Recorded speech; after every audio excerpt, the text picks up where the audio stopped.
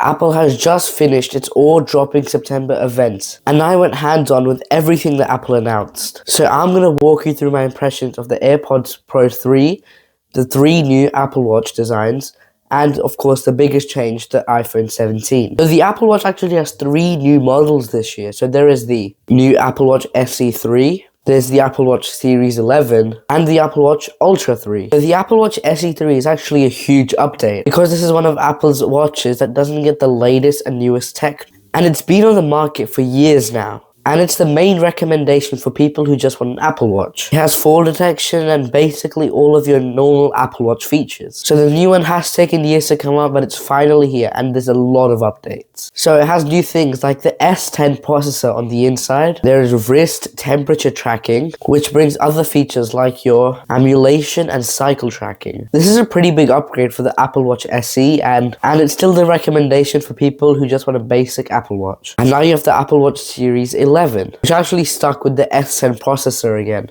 But I honestly still like this Apple Watch. It comes in both aluminum and titanium finishes. The titanium ones actually use this 3D process printing thing, so they actually still look pretty good. The aluminum one comes in a new charcoal space grey color with the jet black, so people who want a space theme can now get it. Sadly, there's not much more for the Series 11. It has the same S10 chip in there, although Apple did add some new things. They added something called tension monitoring. It basically measures your tension. So it actually gives you 30-day reminders to see if your tension's very high or low. And it gives you recommendations to go see the doctor if you need. And it just pops up as a notification, and you can view more stuff in the actual health app. So this is not like the blood pressure sensor or the other sensor. This is a whole different thing. It's basically a more complex version, because it shows your tension rate every 30 days.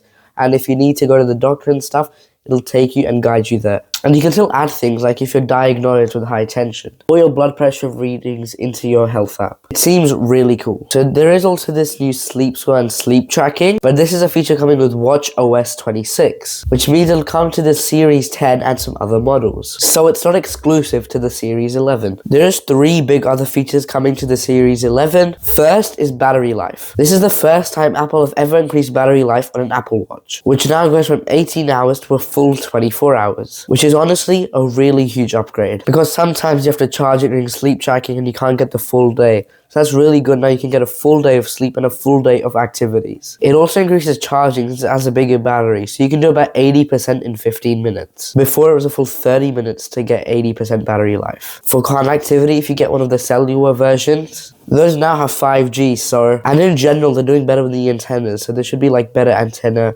systems throughout the watch. And now for wrapping up the Apple Watches, the Apple Watch 11 has a brand new finishing on the screen, which makes it more scratch resistant, which makes it more durable to survive everyday scratches. Now the Apple Watch Ultra 3.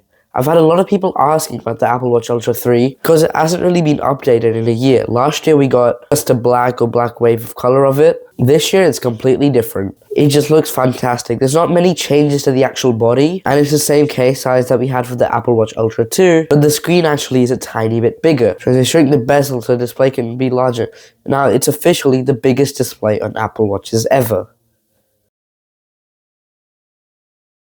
Aside from 5G for connectivity settings, it now also gets satellite connectivity. It's going to be big because if you're out in the woods or something, you can still keep in touch, even if you don't have cellular reception. And now we have a bunch of new display features which were originally actually on the Apple Watch 10. We have the LTPO3 backlight display, which looks really nice since it's going to be brighter at different angles to Apple Watch Series 10. It's really easy to see from the side. It's also actually able to have a higher refresh rate.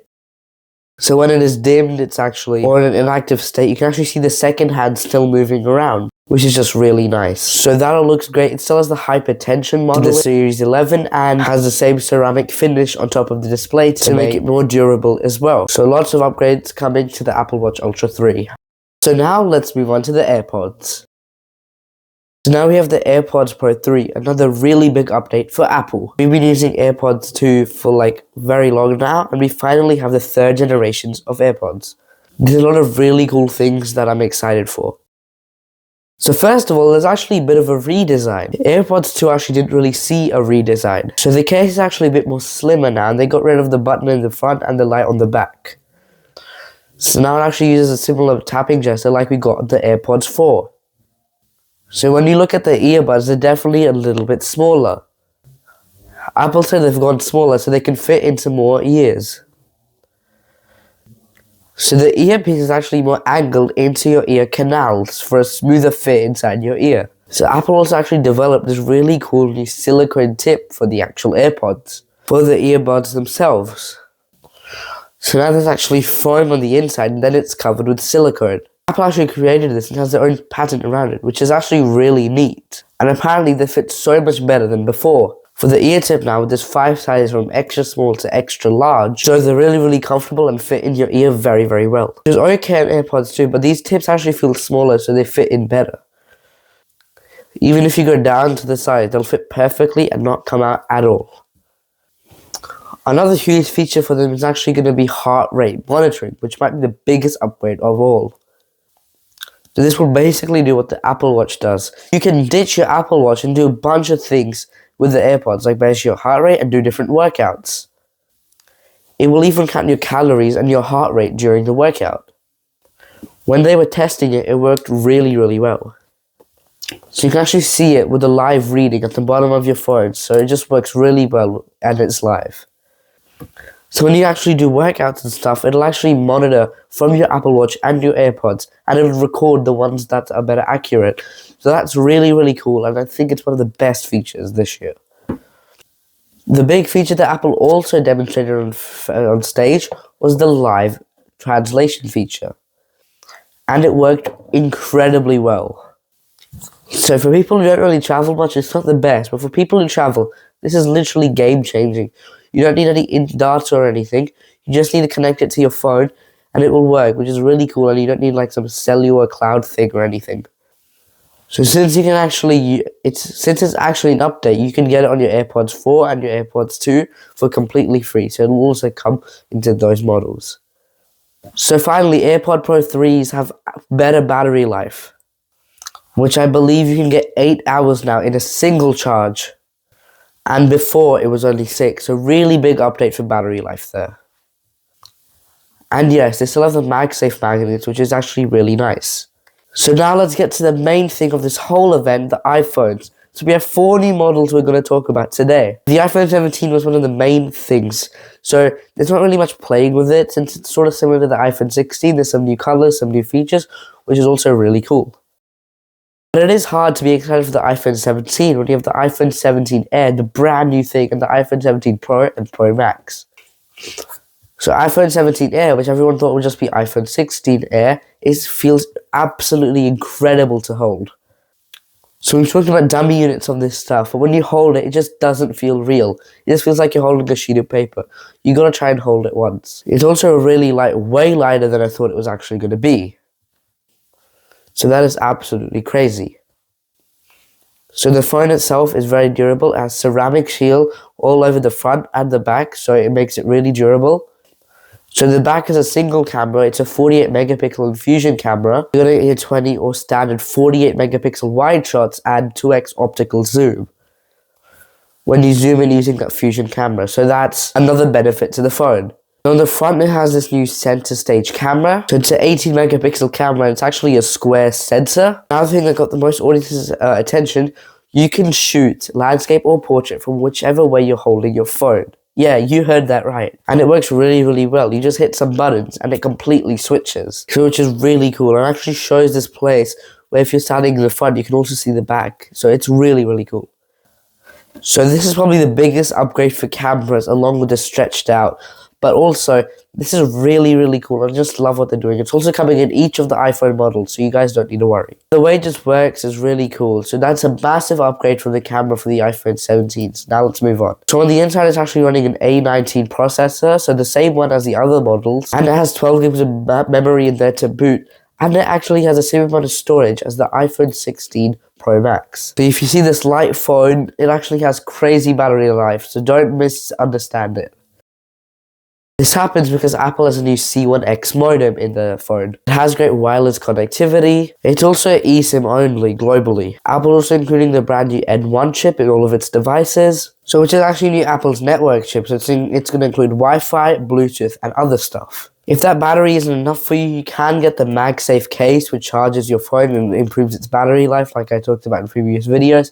It's designed for the iPhone 17 Air, but you can also use it in the other iPhones. Yeah, but like I was saying, the iPhone 17 Air is really, really cool, and I think most people are actually going to go towards this phone rather than the iPhone 17 base model.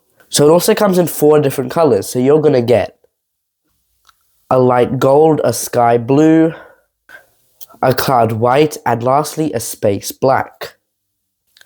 So now that brings us to the Pro. So there's 2 Pro phones, of course, the iPhone 17 Pro and the iPhone 17 Pro Max. So it has a ton of features I already talked about, so the N1 chip, the camera, the front-facing camera. But beyond that, this phone has a completely new design. So they switched back to aluminum, which I'm really fine with this matte finish over it, which is really glossy for the Air. So it has more unibody enclosure for the first time in iPhones. On the back, it's ceramic shield instead of glass. So the camera bump, the plateau, is all metal, which is great. The front is ceramic shield. It's also Gen 2, just like all of these devices, so it's less anti-reflectant more. And it's more scratch resistant than ever. The anti-scratch things are probably the best thing, since a lot of people get scratches on their phones very easily from scraping on things while they're not trying to, which is way better than last time because it sort of looked weird if you had to put that on. I already mentioned the A19 Pro, but along with that it has some vapor chamber cooling, which is just helping cooling the phone. It's going to help with the unibody enclosure. So that's going to help your phone get better battery life, work smoother, and just in general be better. So when we get to this camera, the iPhone 17 has a brand new 48 megapixel telephoto zoom lens. All 3 are also fusion cameras now. All 3 are 48 megapixels. Apple's giving 4 times for your standard zoom and 8 times optical quality zoom.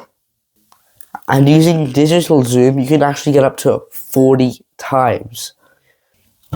So this looks really, really cool. 40x zoom is actually really wild digital zoom. You can zoom in so far from places you couldn't do before. 8x is also really nice.